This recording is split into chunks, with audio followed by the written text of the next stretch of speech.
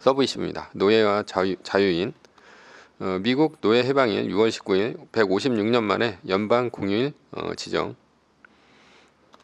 노예 해방일은 이로써 추수감사절과 독립기념일 등에 이은 미국의 11번째 연방 공휴일이 됐습니다. 6월 19일이 노예 해방일이 되었습니다. 남북전쟁이 일어난 이유가 무엇인가? 노예 해방 때문인가? 아니다라는 것이죠. 경제적인 이유 때문입니다. 남북전쟁이 일어나던 시절 미국은 남쪽은 농업 기반의 체제였고 북쪽은 제조업 기반의 체제였습니다. 그런데 노예는 남쪽에만 있었죠. 왜 그랬을까? 농업에는 노예가 최적화되었기 때문입니다. 그 이유는 모든 생산물인 옥수수, 면화 등을 키워주는 것이 따로 있죠. 땅에 심으면 저절로 자랍니다. 그러니까 사람이 할 일이 없습니다. 그러나 수확을 하고 씨를 뿌리고 잡초를 제거하는 것은 사람이 할 수밖에 없습니다. 그러나 지금은 이런 것들을 모두 기계가 하죠.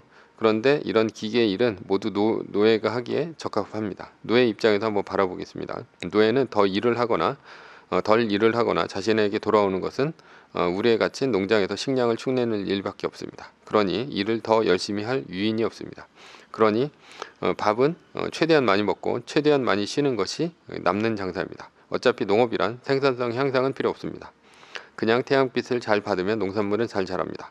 그러니 주인은 노예를 일하지 않고 노는 것을 감시하고 도망가지 못하게만 하면 됩니다. 그래서 농업은 노예가 하는 일입니다. 그러나 제조업은 다릅니다. 임금 노동자가 있어야 합니다. 제조업은 생산성 향상이 일어나야 됩니다. 그래야 다른 기업을 이깁니다.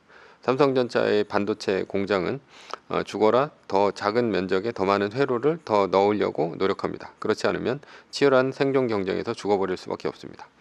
그러니 임금 노동자는 더 열심히 일하고 더 자신의 능력을 최대한으로 발휘할 자유인이 필요한 것입니다. 그래서 그에 대한 유인은 돈입니다. 돈을 더 줘서 그들에게 더 열심히 일하게 만드는 것이 제조업의 핵심입니다. 그런데 여기에 노예를 집어넣으면 물건을 잘 나르겠지만 그들은 더 열심히 일하지 않습니다. 그러니 제조업에서는 쓸데없는 인간이 되는 것입니다. 그리고 노예는 소비하지 않습니다.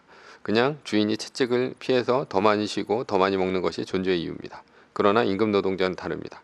그들은 일을 열심히 하고 돈을 벌어서 소비를 해야 하고요. 소비를 해야 제조업 공장이 잘 돌아가고 다시 고용이 되는 선순환이 일어납니다.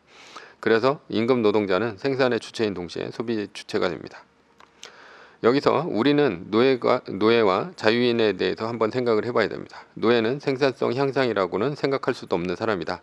왜냐하면 노예는 주인의 눈을 피해 더 많이 놀면서 더 많이 먹는 것이 노예의 목적이기 때문입니다. 학생이 있습니다. 공부를 안 합니다. 왜 안 할까? 공부를 못해서일 수도 있고요. 공부가 싫어서일 수도 있습니다. 그러나 학생이 공부를 안 하면 노예가 됩니다.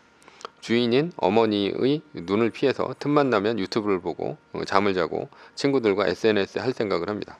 이래서는 생산성, 즉 성적이 오를 리가 없습니다. 이런 학생은 그래서 노예입니다. 노예가 되지 않으려면 어떻게 해야 되는가?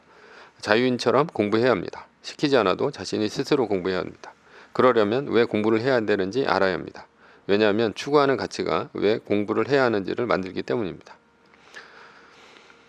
추구하는 가치에 대해서는 뒤에서 다시 설명하도록 하겠습니다. 월급쟁이가 있습니다. 일을 안 합니다. 받는 것보다 더 일을 하면 손해라고 생각합니다. 그래서 주인, 상사나 사장 이런 사람들의 눈을 피해서 틈만 나면 거래처 간다고 하고 사우나를 가고 업무 시간에 인터넷 쇼핑을 합니다. 이래서는 생산성이 오를 리가 없습니다. 그래서 이런 월급쟁이는 노예입니다. 사실 이런 마인드로 직장을 다니면 직장도 본인도 모두 손해입니다. 노예가 되지 않으려면 어떻게 해야 하는가? 학생과 마찬가지로 추구하는 가치를 만들어주고 왜 이 일을 해야 되는지를 깨닫게 해야 합니다. 세상이 달콤하다는 것을 알리기 위해 음료를 만든다. 음료회사 종업원입니다. 사회의 변혁을 가르치기 위해 선생을 한다. 선생님이죠. 세상을 바꾸기 위해 사업을 합니다. 벤처기업가입니다. 소중한 생명을 구하기 위해 운전을 하는 것입니다. 앰뷸런스 운전수입니다. 세상에 아름다운 것들을 이렇게 많은 아름다운 것들이 있다는 것을 알려주기 위해 세상을 담는 것이다. 사진 작가입니다. 더 나은 군대와 국가를 후손에게 물려주기 위해 신념을 따르는 것입니다. 군인입니다. 결론입니다. 위대한 리더는 기업의 가치인 왜라는 것을 직원에게 심어줄 수 있어야 합니다. 그러면 리더는 노예 농장주가 아닌 세상을 바꿀 기업의 CEO가 되는 것입니다. 그리고 학생도 월급쟁이도 리더가 가치를 찾아주지 않으면 스스로 찾아야 합니다. 언제까지 남의 꿈을 대신 이뤄주며 노예로 살 수는 없지 않습니까?